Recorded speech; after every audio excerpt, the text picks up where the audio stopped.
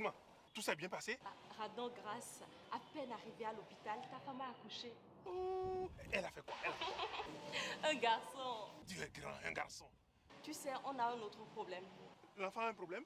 Moi, je ne dispose plus suffisamment de sous pour solder les factures. Azima, calme-toi. Mais te voilà très loin. Je vais t'envoyer de l'argent tout de suite. Par quel moyen? Tu oublies que nous sommes dimanche et que la plupart des banques et succursales sont fermées. Je t'envoie un numéro tout de suite. Tu iras au distributeur EcoBank le plus proche. Prends 30 000, sans carte. D'accord. Avec EcoBank Mobile, envoyez de l'argent à quelqu'un qui peut le retirer au guichet automatique d'EcoBank, sans carte bancaire et sans intermédiaire. Téléchargez l'application EcoBank Mobile sur Apple Store ou Google Play, effectuez vos achats et autres paiements par QR Code ou Masterpass et envoyez de l'argent au Bénin et 32 autres pays. EcoBank, la banque panafricaine.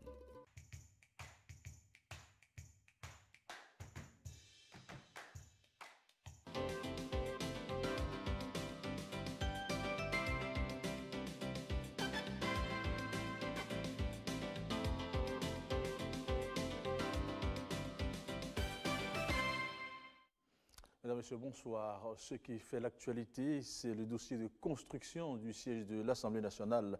Bien sûr, le gouvernement est aux trousses des adjudicataires. 6e mandature de la Cour constitutionnelle. Les remplaçants de l'équipe Olo sont connus. Et puis, le président Talon a rencontré vendredi dernier le pape François. Voilà l'essentiel des sujets que nous allons évoquer. Nous avons deux invités, en principe, deux invités. Le premier est là, le second est encore attendu. Le premier, bien sûr, Apol Emerico Adjovi, journaliste de son État, ancien directeur de publication du quotidien Le Matinal. Bonsoir, Apol Emerico Adjovi. Bonsoir, Mesmin, bonsoir aux Béninois et bonsoir à tous ceux qui nous regardent ce soir. Oui, nous attendons Eloge Gandaho, il est directeur de publication du journal Le Grand Matin. Eloge sera là, on suppose, d'un instant à l'autre. Nous allons commencer donc par suivre la revue. La revue est signée Ulvaïs Balogun.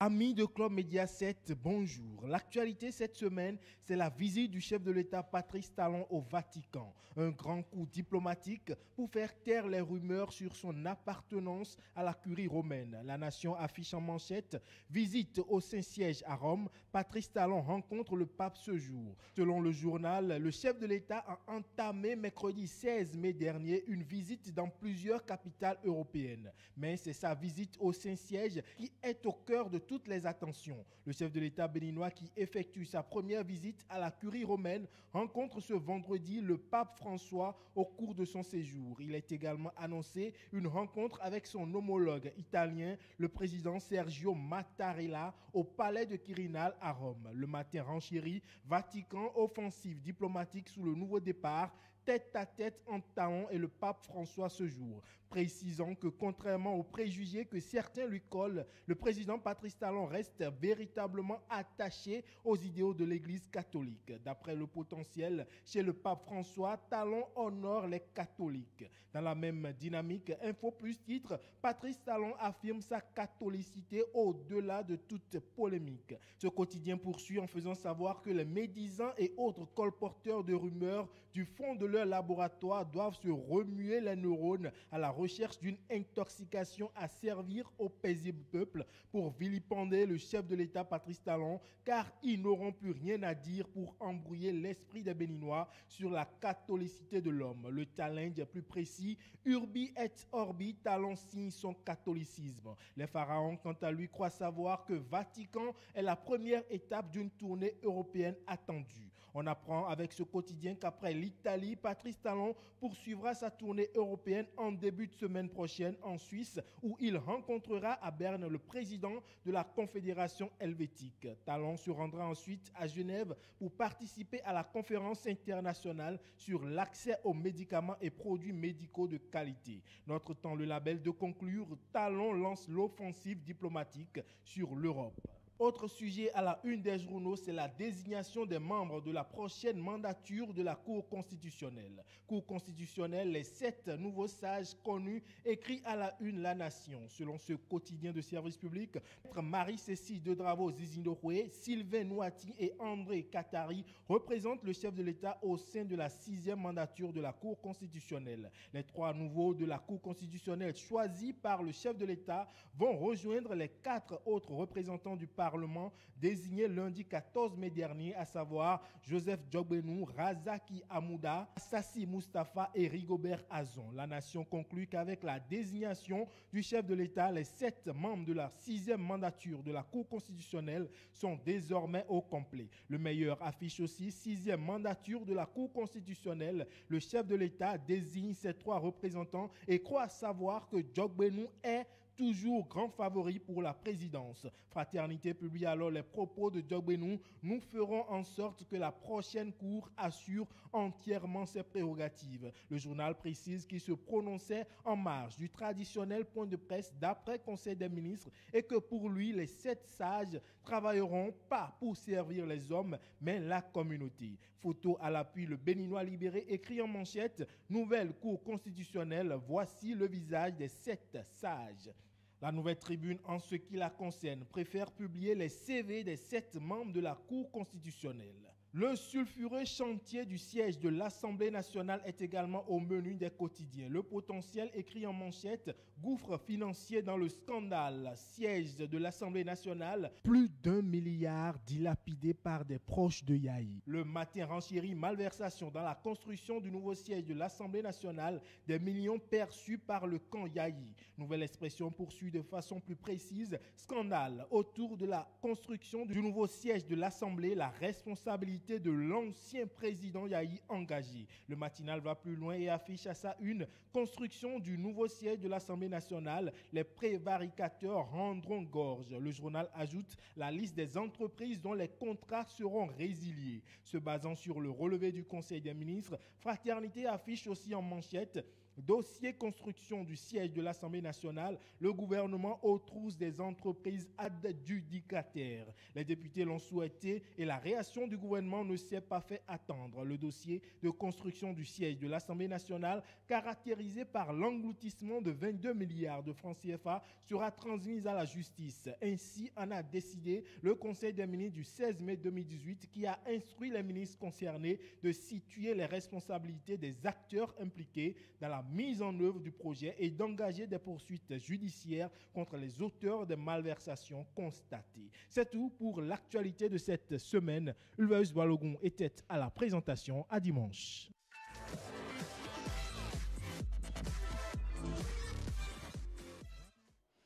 Merci à vous, Ulvaeus Balogun.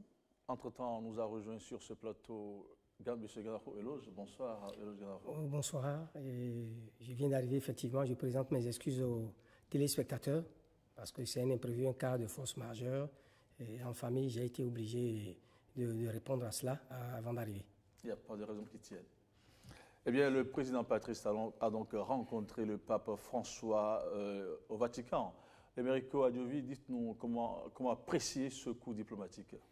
Bon, est-ce qu'il faut l'appeler coup diplomatique? Pour moi, ça fait partie des usages diplomatiques. Quand un nouveau chef d'État vient au pouvoir dans un pays comme le nôtre, le Bénin... tous n'ont pas l'heure de rencontrer le pape. Bon, peut-être qu'on peut dire que le timing, c'est-à-dire le temps que le chef d'État est arrivé au pouvoir, il y a à peine 2 ans, sinon il y a 2 ans légèrement passé, donc pour qu'il ait l'opportunité d'aller rencontrer le chef du Vatican. Cela a été fait donc avec son prédécesseur, même Kérékou également l'a fait, si mes souvenirs sont exacts. Et donc, d'habitude, comme le veut le nom des usages diplomatiques, le chef d'État était là-bas. Et donc, certainement que lui aussi, il a donc en a profité donc, pour inviter son collègue du Vatican donc, à également visiter le Bénin. Je dirais bon, que si, on appelle le cardinal Bernardin Ganti était là, peut-être que les choses allaient être plus rapidement faites en son temps. Et que également, n'oublions pas que... comme on le dit, un entente de chez nous, comme quoi, quand vous avez un des vôtres sur le pommier, vous ne pouvez que manger des fruits mûrs. Aujourd'hui, nous n'avons plus donc le cardinal Ganati au Vatican, mais n'empêche qu'il y a toujours que ce que le cardinal Gantilla donc, a pu faire pour Vatican, que le Bénin peut toujours donc, en jouir. Donc, je mets donc, cette visite du chef d'État sur ce coup-là, comme pour moi, s'il n'y a rien d'extraordinaire qui s'est passé. Hein. Voilà. Alors, je ne ferai que... Vous l'avez vu de Americo Adjoui? Ah oui, je ne ferai que renchérir, dans la mesure où vous savez que depuis quelques décennies, le Bénin est considéré comme un pays de paix et de démocratie.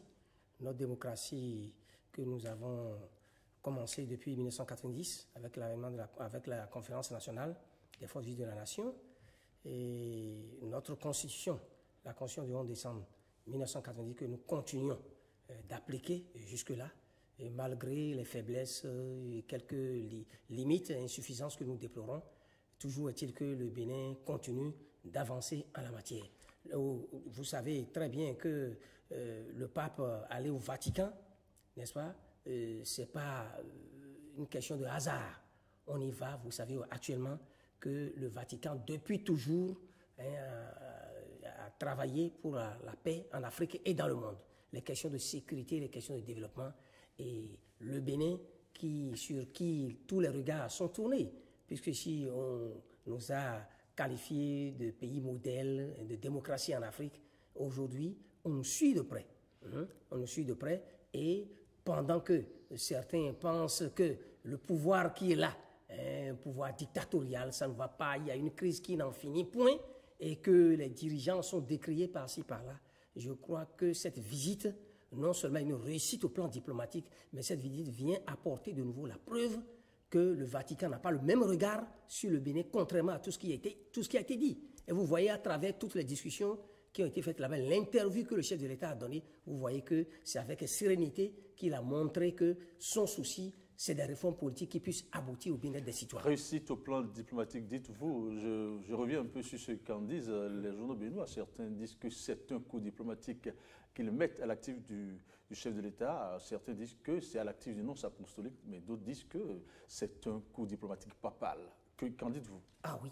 Bon, écoutez, nous n'allons pas ici, comment dirais-je, vous dire qui est champion de cette rencontre, si c'est le Vatican ou le chef de l'État. Toujours est-il que cette rencontre-là montre bien que le Vatican a un regard, continue d'avoir un regard, comme par le passé, très attentif sur le Bénin, a une attention particulière à tout ce qui se passe ici au Bénin, comme ailleurs dans d'autres pays africains, mais qu'on le veuille ou non, le chef de l'État béninois, vous savez, a pris beaucoup d'initiatives et je continue, je persiste, je le dis, les réformes en cours ici, c'est vrai, ça crée des grincements de dents, des problèmes, mais toute réforme, elle nécessite des sacrifices. Et une fois encore, le président de la République a pu convaincre le pape que ce qui se fait ici, c'est dans l'intérêt de tous les Béninois et pour la paix.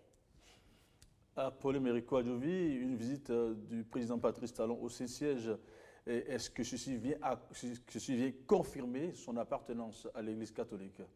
Comme l'écrit le quotidien Le Talent.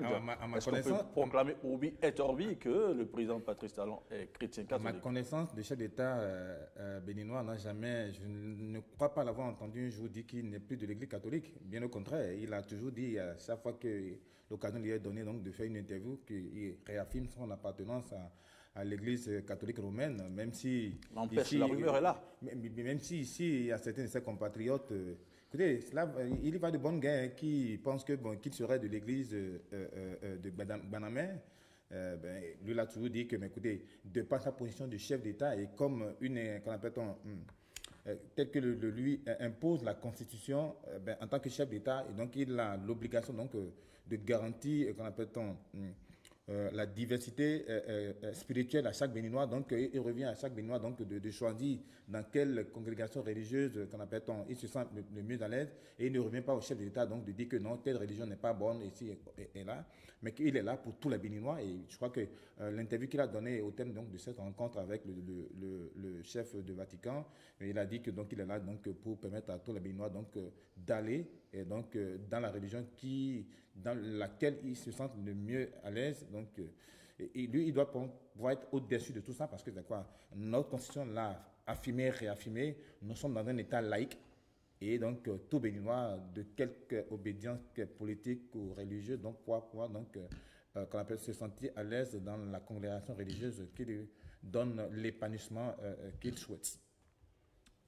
Et voilà qui est bien dit, parce que le président Patrice Talon, hein, c'est vrai, il lui est arrivé de dire qu'il demeure catholique, mais il ne veut pas se présenter comme le président des catholiques seul. Pas du tout. Président de la République du Bénin.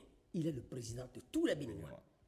Toutes les religions doivent être fières d'avoir ce président-là, dans la mesure où, contrairement à ce que nous avons entendu, que le président Talon, il est avec le dieu de Banamé, il est plus avec Banamé, il est contre les autres religions. Non, ce n'est qu'une polémique qui n'a pas sa raison d'être. Dans la mesure où le Bénin est un pays laïque, notre constitution l'a si bien stipulé. Et lorsque vous devenez président de la République, vous êtes là pour toutes les religions, pour tous les citoyens, pour tous les Béninois. Et au Vatican, vous l'avez entendu, le président Talon, il a été clair, il est pour la cohabitation des religions, le respect de toutes les religions. L'essentiel, le plus important est que chaque religion puisse évoluer dans les normes et dans le respect de la loi. Paul, le président Patrice Talon effectue une tournée à travers plusieurs capitales européennes, mais on note à travers la presse qu'un accent tonique est porté sur sa visite au Vatican. Pourquoi? Oui, vous voyez, toute question qui a trait à la religion, ça suscite souvent de la passion. Donc je comprends pourquoi les caméras sont plus fixées sur sa visite ou sa rencontre avec le pape. Comme vous le savez, le pape, c'est qu'on appelle puisque le Vatican en Italie est considéré comme un État, dans un État, donc c'est le pape est le président des millions de chrétiens qu'il y a à travers le monde. Donc quand vous avez donc la chance de rencontrer une telle personne en tant que chef d'État, je crois que vous n'avez rencontré, si je peux ainsi me permettre, un super chef d'État. Donc c'est tout à fait normal qu'en dehors donc du Vatican, et puis que le chef d'État doit aller également à Suisse. Est-ce qu'on peut se permettre de dire qu'il aurait visité un demi-dieu? Non, pas. Je ne crois pas que le pape soit un demi-dieu, que lui-même ait dit un jour qu'il est demi-dieu. Il est simplement le représentant de Saint-Pierre sur terre. Donc le Saint-Pierre n'est pas Dieu, Saint-Pierre n'est pas Jésus, Saint-Pierre n'est pas le Seigneur, mais Saint-Pierre donc est l'apôtre, le grand apôtre du Seigneur. Donc c'est le prêtre, selon donc les prescriptions religieuses de l'Église catholique romaine, est le représentant de Saint-Pierre sur terre. Donc le chef d'État rencontre ce que moi j'entends plutôt de cette visite du chef d'État au Vatican, c'est que le pape puisse donc accepter donc de visiter le Bénin. Parce qu'il n'est pas donné à tous les pays donc de recevoir la visite d'un pape en fonction. Nous l'avions connu avec le pape qui est parti. Enfin, il me semble que les deux derniers papes, le Bénin a eu le bonheur donc de connaître ça. Je parlais tantôt donc des actions de notre regretté cardinal de vénérable mémoire Ganti, donc qui a pu donc en son temps a pu œuvrer pour que nous puissions bénéficier de ce ainsi dit, c'était l'agence des papes. Je voudrais également que ce pape-ci qui est actuellement en fonction puisse donc au thème de la visite du chef d'État, donc accepter donc de visiter le Bénin pour que le Bénin puisse également bénéficier des grâces papales. Alors, dites-nous, qu'est-ce qu'une rencontre entre le chef de l'État et le pape peut apporter au Bénin? Ce que cela peut apporter au Bénin est que le chef d'État, si je peux ainsi l'apprécier de ma position, que le premier des Béninois donc, puisse dire au pape que les Béninois chrétiens catholiques sont toujours pieux par rapport à la foi religieuse chrétienne et que le Bénin souhaiterait également que le Vatican ait un regard plus ou moins condescendant vis-à-vis du peuple béninois et que s'il y a des projets, n'est-ce pas, que l'Église catholique donc, puisse bénéficier, que le Bénin ne puisse pas être du laisse. Donc, de mon point de vue, c'est ce qu'on peut avoir comme retour, n'est-ce pas, par rapport à la visite d'un chef d'État béninois au Vatican. Et que, principalement, dans les différents projets ou programmes du Vatican, le Bénin ait une place de choix. C'est ce que je pense que le Bénin puisse obtenir.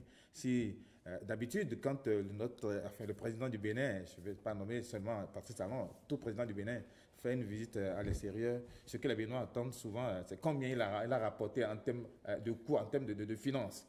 Je ne crois pas que le Vatican soit une banque. Non, pas forcément au plan matériel, mais ça peut renforcer le climat de paix au pays. Mais pourquoi pas, puisque tout à l'heure, je disais que le pape, il prie pour tous les chrétiens du monde. Il prie pour la paix dans le monde entier. Et donc, quand vous êtes un chef d'État, vous avez donc la chance de rencontrer le pape. Et donc, celui-là, donc, il prie pour le monde entier. Il me semble-t-il que il faut le dire modestement, vous n'êtes plus un petit pays, ça veut dire que du côté du Vatican, on vous observe. Et donc, vous devez avoir donc, les meilleures manières donc, de gérer la chose publique pour qu'on n'ait pas à dire. Si vous suivez un peu l'actualité internationale au niveau du Chili, vous savez ce que l'Église catholique romaine en Chili a connu. Il me semble que à leur dernière visite, avant que le chef d'État ne rencontre le pape, l'entièreté du clergé catholique, je veux dire des évêques de Chili, donc ont été rencontrés le pape, et qu'au terme de cette rencontre-là, que leur entièreté a donc présenté une démission collective au pape.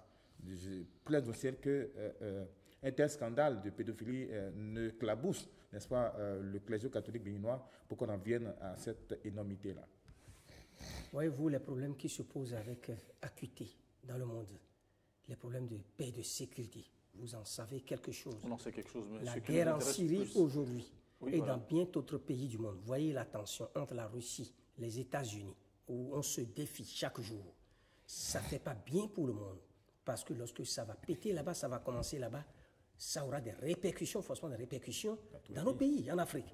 Vous savez, et les papes qui se sont suicidés, et particulièrement le pape François, fait beaucoup dans ce sens-là. Voyez-vous ces voyages-là, pour calmer la tension, pour inviter les dirigeants, parce qu'après tout, les grandes décisions se prennent par les dirigeants. C'est eux qui prennent. Voyez-vous ces décisions-là, n'est-ce pas?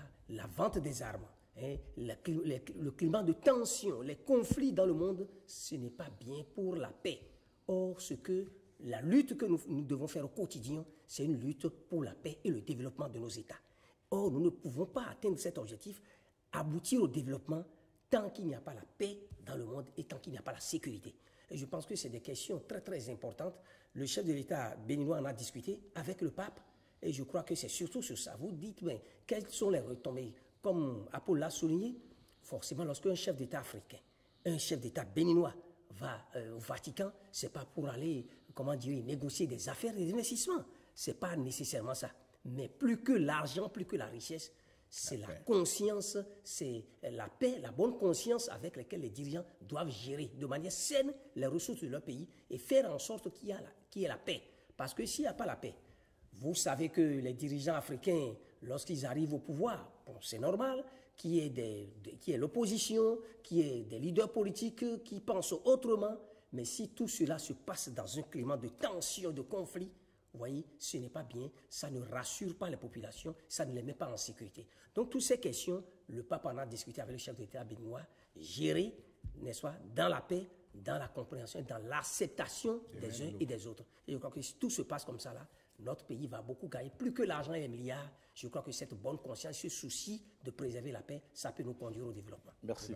Certains estiment que le Bénin a quand même à vendre au Vatican. Vous savez, le tourisme est la clé de voûte du programme d'action du gouvernement. Et puis, le Bénin ayant été donc au Vatican, aurait pu vendre notre vaudou. Croyez-vous que cela ait pu se faire ou que le Bénin ait pu craindre l'humeur du Vatican? Non, pas du tout, mais écoutez, je me rappelle du pape Jean-Paul II, me semble-t-il, hein, oui, voilà, en 81, quand il était venu ici en février 81, il a pu donc visiter des couvents de vaudou et autres. Et depuis lors, d'autres pas qui lui ont succédé ne sont plus dans cette dynamique de que, ben, écoutez, ici il y a le Dieu, ici là-bas, ben, écoutez, c'est vous les vauduisants, le Satan, non, pas du tout.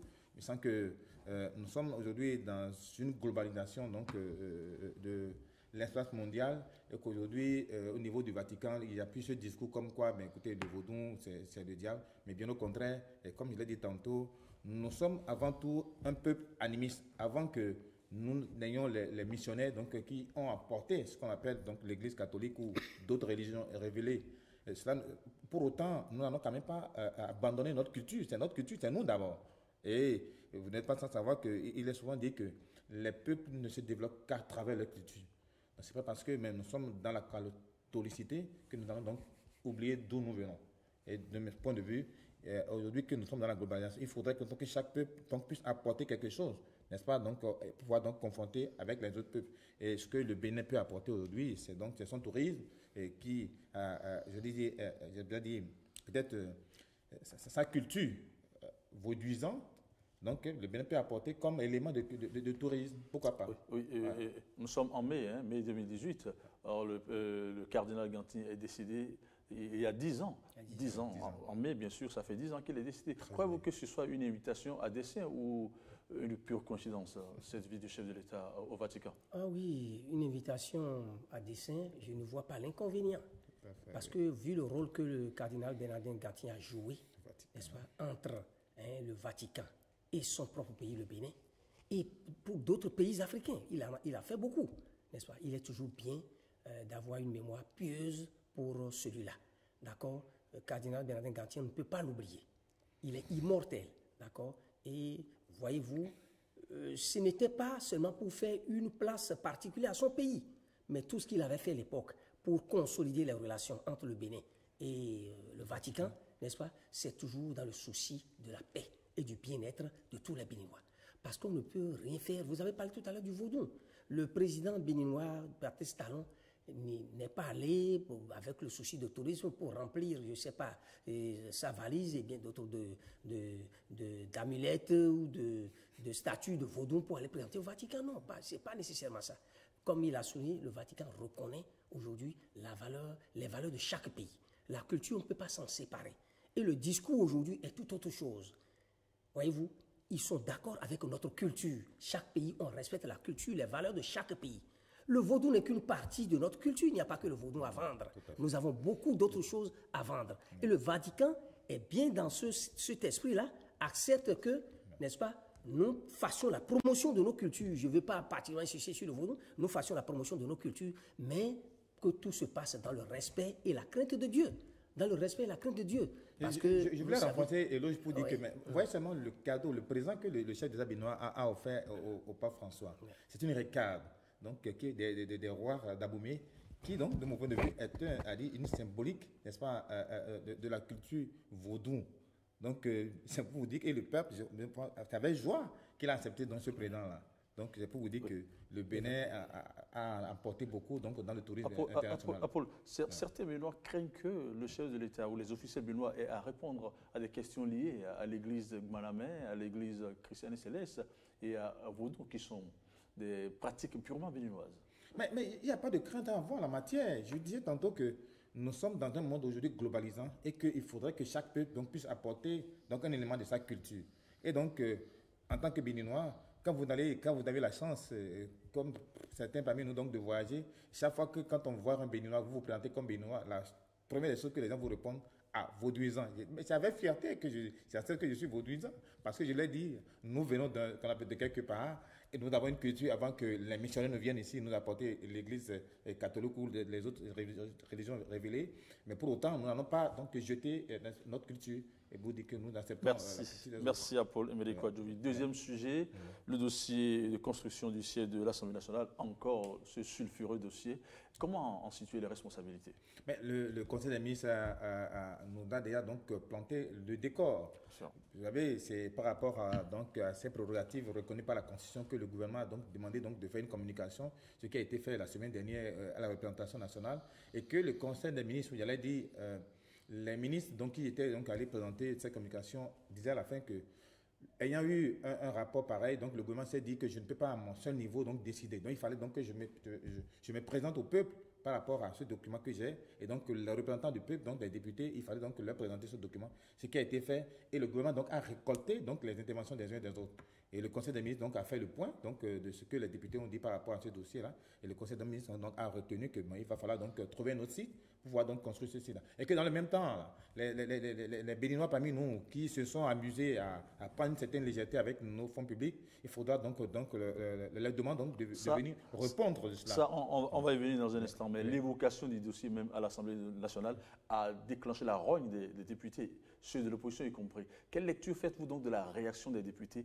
surtout de ceux de l'opposition? Voilà, nos députés, une fois encore, ont donné la preuve de leur bonne conscience, de leur souci de la bonne gestion des ressources de l'État. Voyez-vous, parce que bien avant ça, beaucoup de choses ont été dites. Il y a beaucoup de choses qui ont été dites faisant croire que bon, c'est de l'acharnement, c'est une manière, c'est une chasse aux sorcières, ceci, cela. Le président Talon, qui a commencé la lutte contre la corruption et l'impunité, lutte qui a commencé avec bien d'autres dirigeants, n'est-ce pas, mais qui n'ont pas pu atteindre l'objectif, le président Talon a dit cette fois-ci, j'irai jusqu'au bout. Mais alors, comment pourrons-nous apprécier, comment pourrons-nous apprécier cet engagement-là et cette détermination? Il ne faut pas le dire seulement du bout des lèvres. Voyez-vous, ça a apporté un plus avec ce rapport-là. Parce qu'il y a au préalable, il y avait auparavant un autre cabinet, n'est-ce pas, d'Audi, sur cette même affaire-là. mais avec cette fois-ci, la communication qui a été présentée aux députés à l'Assemblée nationale, on a eu beaucoup d'éléments sur cette affaire, ce scandale qui ne dit pas son nom. Des milliards qui ont été dilapidés et des sociétés qui ont pris des marchés qui n'ont pas exécuté. C'est un véritable scandale et vous comprenez un peu qu'il est nécessaire de situer les responsabilités. Les députés ont compris, ils ont eu tous les éléments, tous les détails dont ils ont besoin et ils ont compris que cette fois-ci, cette lutte-là et cette volonté, cette détermination du gouvernement actuel à aller jusqu'au bout dans ce dossier-là est une manière également de faire restituer à l'État. C'est bien parce que lorsque nous crions, nous avons fait, il faut le social, il faut cela, mais il n'y a pas de miracle à faire pour apporter les ressources. Sans ces ressources, sans les investissements, nous ne pourrions pas développer notre pays. Ça ne peut pas venir d'ailleurs.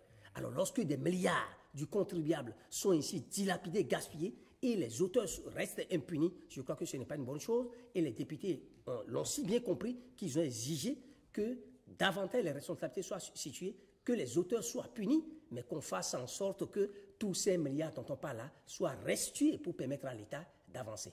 Oui, des mesures prises par le gouvernement, il ressort ceci, permettez-moi de citer rapidement, il ressort donc le renforcement de la surveillance du chantier, des poursuites judiciaires donc, qui seront engagées donc, contre les personnes impliquées dans ces malversations et la résiliation à l'amiable ou par voie judiciaire donc, des contrats et puis le regroupement donc, pur et simple des sommes ainsi que la réparation des dommages.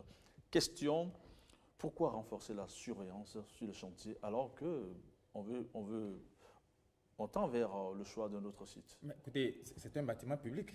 Et bâtiment public donc, qui a un problème autour, il va falloir donc mettre des mesures sécuritaires pour qu'il n'y ait pas parmi des entreprises fautives, donc certains parmi eux donc, puissent donc, aller sur le terrain pour aller commettre quelques forfaits ou pas. Donc il faut mettre la sécurité sur les lieux. Et je m'en réjouis, d'autant que le gouvernement a décidé donc, de faire enrôler ce dossier au niveau du parquet pour que ceux parmi nous donc, qui se sont donner ce plaisir donc de s'amuser avec les fonds publics puissent en répondre de leurs actes. Il est raconté ici et là, et ça je ne voudrais pas être qu'on appelle Tom. Il est raconté ici et là que des proches de l'ancien régime sont beaucoup impliqués dans ce dossier-là. Donc je voudrais, comme l'a dit Eloge, le gouvernement donc, qui est là en train donc, de montrer que il a une volonté donc, de lutter contre la dilapidation, c'est-à-dire la mauvaise gouvernance, et qu'il faudrait donc que la justice béninoise, donc, qui prendra donc bientôt le relais par rapport à ce dossier, puisse donc accompagner donc, la détermination du gouvernement donc, pour que les fonds qui ont été engloutis dans ce chantier ne puissent pas être, qu'on appelle des fonds entièrement engloutis. Parce que c'est quoi? Il ne faudrait pas que l'on nous dise que oui, on a pu donc interpeller les gens, on les a mis en prison et que basta, que l'argent n'est plus rentré. Ce dont on en a besoin, me semble-t-il, ce n'est pas que les gens puissent aller en prison. Ça, là, si c'est le côté pénal, il revient donc à la justice d'apprécier. Ce dont les Béninois ont besoin, et ce dont moi, en tant que Béninois, donc, j'ai besoin, là, c'est 20 milliards, puisqu'on a dit que c'est 20 milliards qui ont été vraiment décaissés, bien que 22 milliards sont engagés, 20 milliards. Il faudrait que le peuple béninois puisse donc rentrer dans ces fonds et qu'un nouveau site qui sera trouvé, donc on puisse donc se servir de ces fonds-là pour pouvoir donc nous diriger un nouveau bâtiment pour les députés. Vous ramassez presque toutes les mesures prises par le gouvernement, mais ça n'empêche, j'évoquerai le second aspect des mesures avec M. Gandaro, des poursuites pour quel aboutissement? Ah oui, nous devons y croire. Ce n'est pas parce que pendant des décennies, des gouvernements se sont succédés et à cause des pressions politiques, à cause des intérêts égoïstes et opportunistes, certains n'ont pas pu véritablement poursuivre ces dossiers-là jusqu'au fond et que la justice peut-être n'a pas eu les coups de franche, n'est-ce pas, pour jouer véritablement son rôle. Ce n'est pas pour cela que nous devons croire qu'un pouvoir ne peut jamais réussir.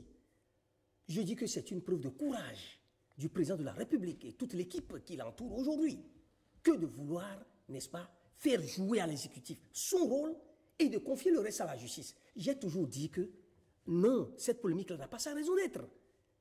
La séparation des pouvoirs, nous insistons là-dessus. La Constitution reconnaît la séparation des pouvoirs. On n'a pas le droit de s'en prendre à un gouvernement qui joue son rôle et qui laisse la justice. Ce n'est pas le gouvernement qui envoie en prison. Ce n'est pas le gouvernement qui décide des peines. Alors, dans un tel dossier, n'est-ce pas, lorsqu'il y a eu audit, lorsque le gouvernement finit de jouer son rôle, alors tout est confié à la justice, qui a le dernier mot. Alors, si vous êtes innocent, n'est-ce pas, dans tout le processus, la procédure, Ce qui est clair, vous avez des avocats pour vous défendre, vous allez apporter les preuves. Un dossier aussi scandaleux que celui de l'Assemblée nationale où des milliards ont été gaspillés, je crois qu'on n'a pas de raison de craindre, comment dirais-je, la justice. La justice va jouer son rôle. Ceux qui sont innocents, c'est clair, alors, preuve à l'appui, ils seront blanchis, mais ceux qui sont coupables, ils en répondront. Voilà. Que dites-vous de la résiliation des contrats? Mais la résiliation des contrats, tout a été bien dit. Au nom des mesures soit à l'amiable ou... Oui. Donc, à l'amiable, parce qu'il y a des cas où, n'est-ce pas, il ne faut pas foncer tête baissée comme un aveugle. Tout à fait. S'il y a des cas où il y a des situations atténuantes, s'il y a des cas où les sociétés ont des raisons d'agir ceci, ou d'investir de telle manière, ou de payer de telle manière, avec la justice, n'est-ce pas, et les preuves à l'appui, ça peut se comprendre. C'est mieux pour on dit un mauvais règlement vaut mieux qu'un bon procès. Donc, dans ce cas-là, ça peut se régler à l'amiable. Voilà.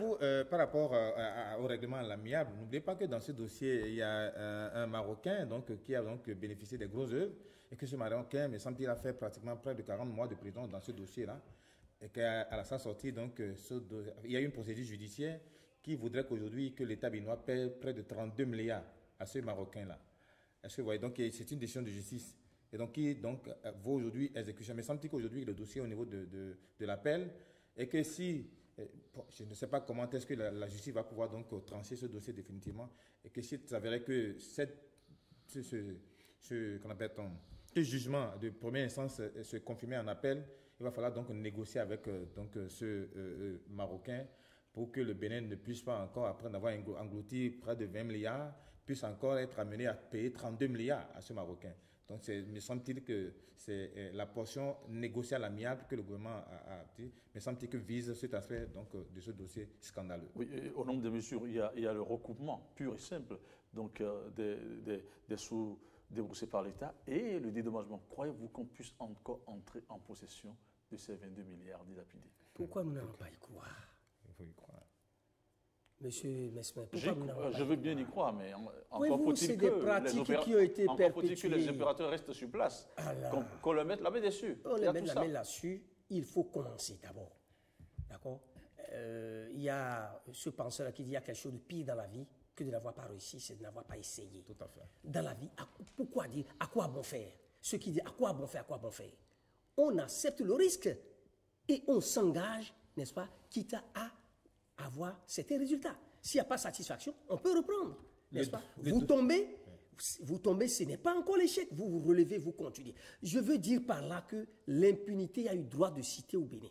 Et c'est parce que pendant longtemps, certains gouvernements n'ont pas eu le courage de se dire nous pouvons mettre fin à l'impunité, qu'aujourd'hui l'impunité continue de persister. Et certains pensent que bon, écoutez, ils feront beaucoup de bruit, ils feront tout, mais après tout, nous allons nous en sortir. Non, il faut que ça finisse un jour, n'est-ce pas? Et si cela est bien fait aujourd'hui avec le gouvernement Talon, si effectivement ceux-là qui ont fait gaspiller des milliards, qui ont détourné au détriment de l'État, si ce gouvernement, vraiment, même si c'est pendant 2 ans ou 3 ans, poursuit ça et la justice joue véritablement son rôle, s'ils sont punis, n'est-ce pas, et on arrive à faire rembourser certains, ça fera école et ça fera que nous n'allons pas continuer par gaspiller les biens de l'État. Je crois que notre espoir de voir ces fonds rentrer à la maison est qu'au niveau du parquet de Cotonou, me semble-t-il, où le dossier sera envoyé, que les juges, et non pas les juges, les procureurs et ses substituts, je vais nommer notamment le procureur, puissent donc rapidement prendre les dispositions pour que les comptes bancaires de ces sociétés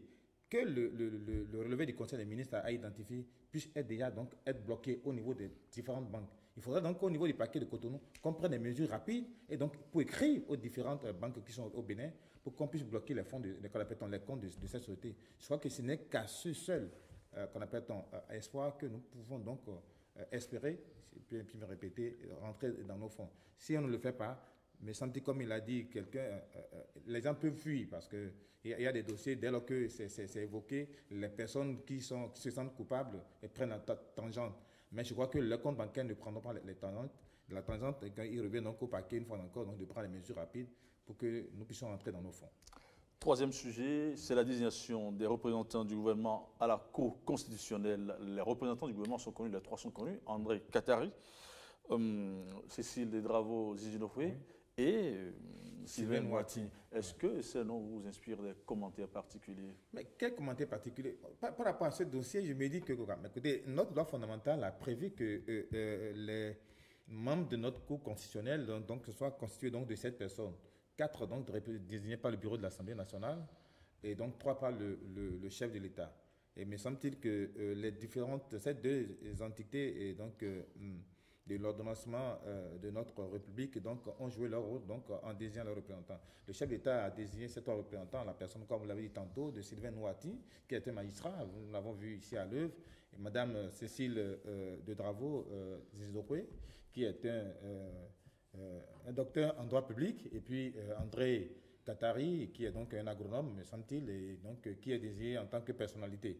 Donc, me semble-t-il, le chef d'État a joué son rôle, comme le bureau de l'Assemblée a joué son rôle. Il reste que ces personnes qui sont nommées, un peu comme le dirait André Badinter du Conseil constitutionnel français, que ces personnes puissent se donner ce credo que vous m'avez nommé, merci, mais à partir de cet instant, je ne vous reconnais plus. D'autant que leur mission, c'est une mission hautement républicaine, qu'il doit pouvoir donc déclarer conforme à la Constitution les lois que nos représentants vont voter au niveau de l'Assemblée. De la même manière, ils doivent donc également œuvrer à une, qu'est-ce qu'ils appellent ça, j'ai oublié le thème, un bon fonctionnement des institutions de la République. Et tout ceci, me semble-t-il, se fait de manière impartiale.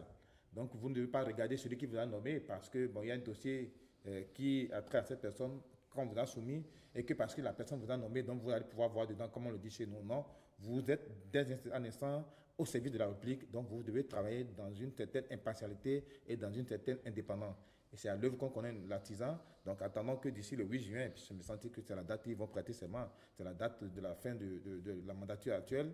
Donc, dès lors que les 7 nouveaux stages de la Cour constitutionnelle vont prêter serment, et que le peuple leur donne le temps d'apprécier leur travail, qu'on puisse savoir effectivement que les différentes parties qui les ont nommés ne se sont pas trompées de personne.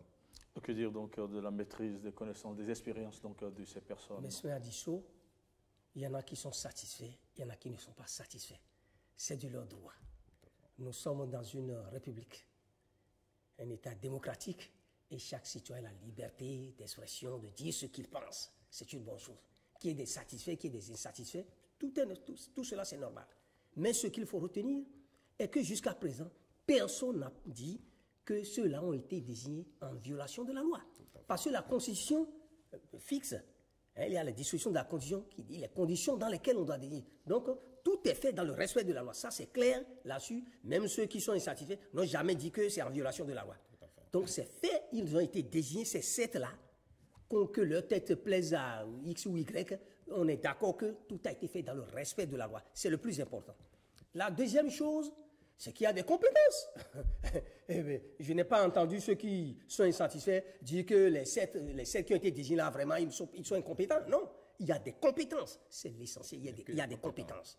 Maintenant, quant aux considérations, à d'autres considérations, on pense qu'il n'y a pas de constitutionnalisme et tout ça là. Je pense que même les cours passés où il y a eu des constitutionnalistes, bon, non, ces cours-là n'ont pas fait un exploit. Ces cours ont travaillé, on leur reconnaît beaucoup d'efforts. Mais ce n'est pas un exploit. On ne peut pas dire que ces cours-là ont fait ce qu'aucune cour n'a jamais fait dans la vie. Donc, il faut y croire. Ceux-là, il y a beaucoup de compétences et nous pouvons compter sur cette cour pour faire la mission, pour être à la hauteur de la mission qui leur sera confiée. Alors, nous avons donc une équipe de 7 membres, 7 personnes, dont une seule femme. Quid de la dimension genre?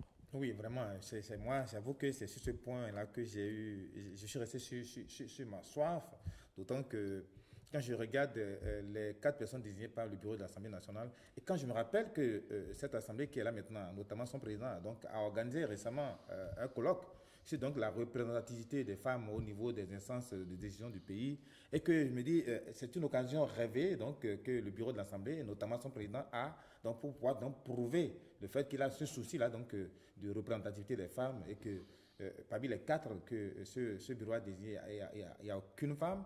Je me dis, mais comment se fait-il que ce bureau a pu être aussi phallocrate et donc ne pas désigner ne serait-ce qu'une femme parmi ces représentants? C'est vraiment dommage. Je ne suis pas féministe, et moi, je suis de ces personnes, je le dis et je l'assume, que s'il m'arrivait un jour donc, de donner mon opinion par rapport à la journée du 8 mars, au niveau de l'ONU, je demanderai, il faut la supprimer cette journée-là. Je l'assume en le disant. C'est vrai que je vous le dis une fois encore que moi aujourd'hui, je ne serais pas ce que je suis ici sans ma maman. Mais pour autant, je ne suis pas féministe. Pour moi, là, et mes enfants, garçons et filles, là, ont le même droit et ils doivent tous se battre pour être affirmés dans la vie. Donc, il ne faut pas que... oui. On a plus d'une fois ouï dire que Joseph Diogbenou est pressenti pour être le président de cette institution. À la lui où vont les choses, est-ce que la lui où vont les choses est en train de confirmer ces pressentiments? Vous savez, sur ce point, moi, j'ai une opinion très simple. Hein. Je vous dis, moi qui suis un chrétien catholique fervent, spirituel et autres, je peux vous dire que pour moi, le destin de quelqu'un, c'est son destin et il ne peut pas y échapper.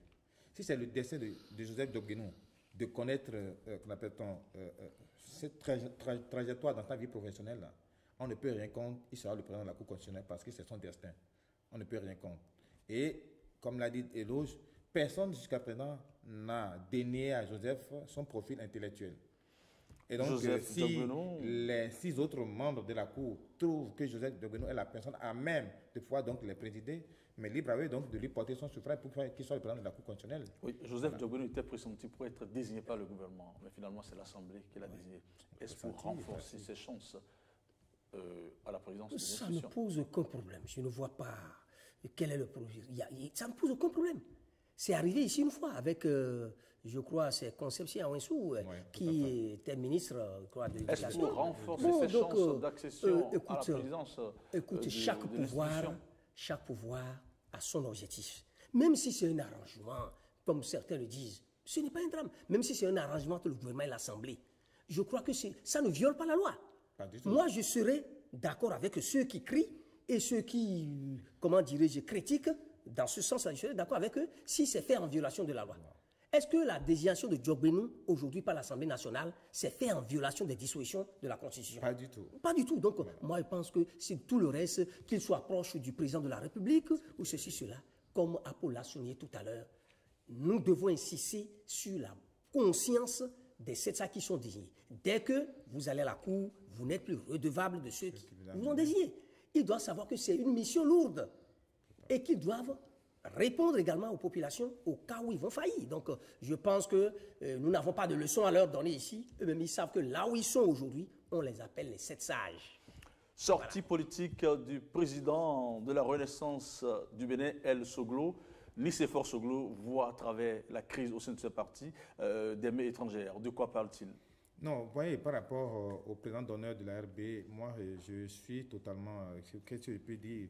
Je ne veux pas être méchant et dire que... Je ne vois pas le président Nicéphore Soglo là où j'attendais de le voir. Mais semble-t-il qu'aujourd'hui, ces sorties ne viennent que pour donc, défendre ton fils, Liali Soglo. Quand cela ne tienne, c'est son droit donc, de le faire et on ne peut pas le refuser. Mais semble-t-il que quand on prend le président Soglo, on prend Liali Soglo, on prend le président Talon, mais semble-t-il que le président Nicéphore Soglo, donc, on peut ainsi l'appeler le papa ou le père de ces deux personnalités-là. Et de mes points de vue, quand dans une maison, il y a 2 enfants qui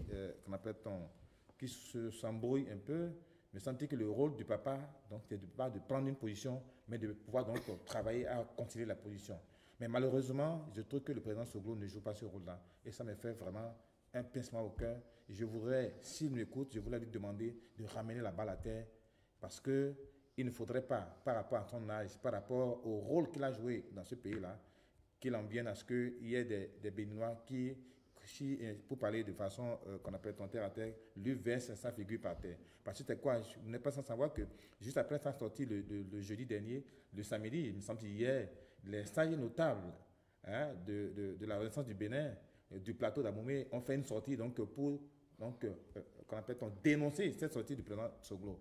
Je ne voudrais pas que des choses comme ça en arrivent. Au contraire, il me semble, pour une fois me répéter, j'invite, je le convie très humblement, le président Soglo, à travailler pour que la paix revienne et non à mettre de l'huile sur le feu. Oui, Nicéphore Soglo est trop accusateur. Il estime que la crise au sein de son parti est initiée par un certain corrupteur né. Il va jusqu'à dire, dans un style qui lui est propre, qu'il n'y a pas de corrupteur sans... Il n'y a pas de corrompu, pardon, sans corrupteur. De quoi parle-t-il? Et c'est là où vraiment le mal se trouve.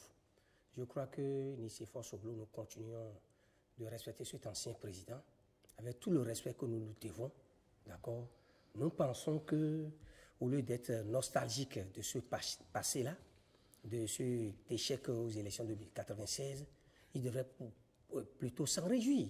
Parce que son mandat, le seul mandat qu'il a eu à faire, ce n'est pas un mandat bâclé. Aujourd'hui, les Béninois reconnaissent que beaucoup de choses ont été faites. Vous savez, au début de la démocratie, avec ce premier mandat-là, le président Senghor a beaucoup fait quand même au plan social, au plan économique. C'est être malhonnête que de ne pas le reconnaître.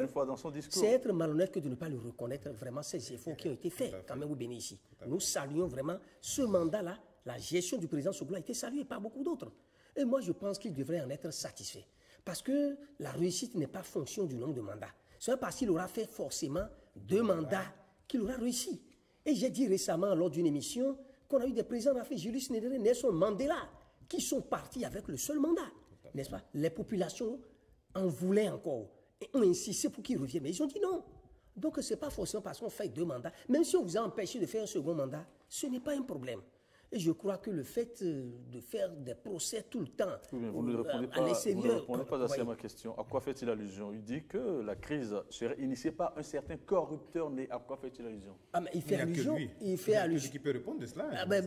Il fait allusion au pouvoir qui est là. Et moi, je pense que c'est pas ça qui règle le problème. Parce que d'abord, pour 1996, plutôt que d'accuser la France ou les États-Unis ailleurs, tout ça là, moi, je pense que le mal est plutôt ici. C'est les Béninois qui ont voté. Absolument. C'est les Béninois qui ont voté, ce n'est pas les Français ni ailleurs. Et puis nous connaissons ces leaders politiques à l'époque qui se sont soulevés, qui révoltés, ont travaillé pour l'empêcher d'être réélu. Nous les connaissons ici. Le temps est à sa fin, mais j'aimerais vous donner quelques secondes pour dire un mot sur l'emprisonnement de Atao Renofo. L'emprisonnement d'Atao Renofo. Vous en avez pour quelques secondes. Quelques secondes. La procédure suit son cours. Je crois qu'à l'étape actuelle, l'affaire est dans la main de la justice. Et nous devons demander aux Béninois de garder leur sérénité. Nous avons une justice dans laquelle nous continuons de croire. Cette justice fera preuve d'impartialité et ce dossier sera tranché dans l'intérêt supérieur de la nation. En quelques secondes. Non, ce que je dis, je ne dirais pas autre que ce que Loge a dit pour dire que c'est un dossier qui est pendant devant la justice. Donc, il faudrait que nous puissions donc avoir confiance en la justice de notre pays et que cette justice donc puisse nous prouver une fois encore qu'elle fonctionne de façon indépendante. Et que si Atao, qu'on appelle est fautif dans ce dossier, donc il puisse répondre de cette date, parce que n'oubliez pas que dans ce dossier, il y a des grossistes, donc pharmaciens grossistes qui sont en prison depuis quelques mois et qui ont été condamnés pour 5 ans, me semble-t-il, alors que qu'on appelle la personne principale dans ce dossier, que tout le temps on a cité, c'est Atao. Si aujourd'hui il est dans la main de la justice, là, donc on attend que la justice puisse nous dire ce qu'il y en est en réalité. Merci à vous, Apol Emerico Adjovi. Je précise que vous êtes journaliste, ancien directeur de publication du quotidien Le Matinal. Vous venez d'être élu représentant des journalistes donc, à la Commission béninoise des droits de l'homme. Je suis en train de vous recevoir. C'est l'une des dernières fois que vous allez passer sur ce plateau. Je ne sais pas si j'aurai encore la chance de vous recevoir. Merci à vous. Et Apol Emerico Adjovi, j'en suis fier, j'en suis heureux. Non, je voudrais vous dire que les nouvelles vont tellement vite. Je voudrais profiter de votre plateau pour remercier les collègues au niveau de l'Assemblée spéciale qui ont eu confiance en ma personne et puis leur dire que je ne trahis pas leur confiance et j'en serai digne. Et finalement, je voudrais aussi remercier le comité de sélection, le comité de supervision de l'Assemblée nationale. Je vais nommer notamment le président Eric Ondete, les députés Alexis Agbelesessi et puis Dafia Wassangari pour leur travail et souhaiter et dire à tous les confrères béninois qu'ils peuvent être fiers de moi dans les prochains jours. Merci à vous, Apol Emerico Adjovi, à vous recevoir en attendant que le décret ne soit pris. Merci. Vous étiez donc sur ce plateau avec Eloge Ganafo, directeur de publication donc, du Grand Matin. Du quotidien Le Grand Matin. Du quotidien Le Grand Matin. Merci à vous. Merci, chers téléspectateurs. Retrouvez cette émission donc après le dernier journal de ce jour. Portez-vous bien. Bye bye.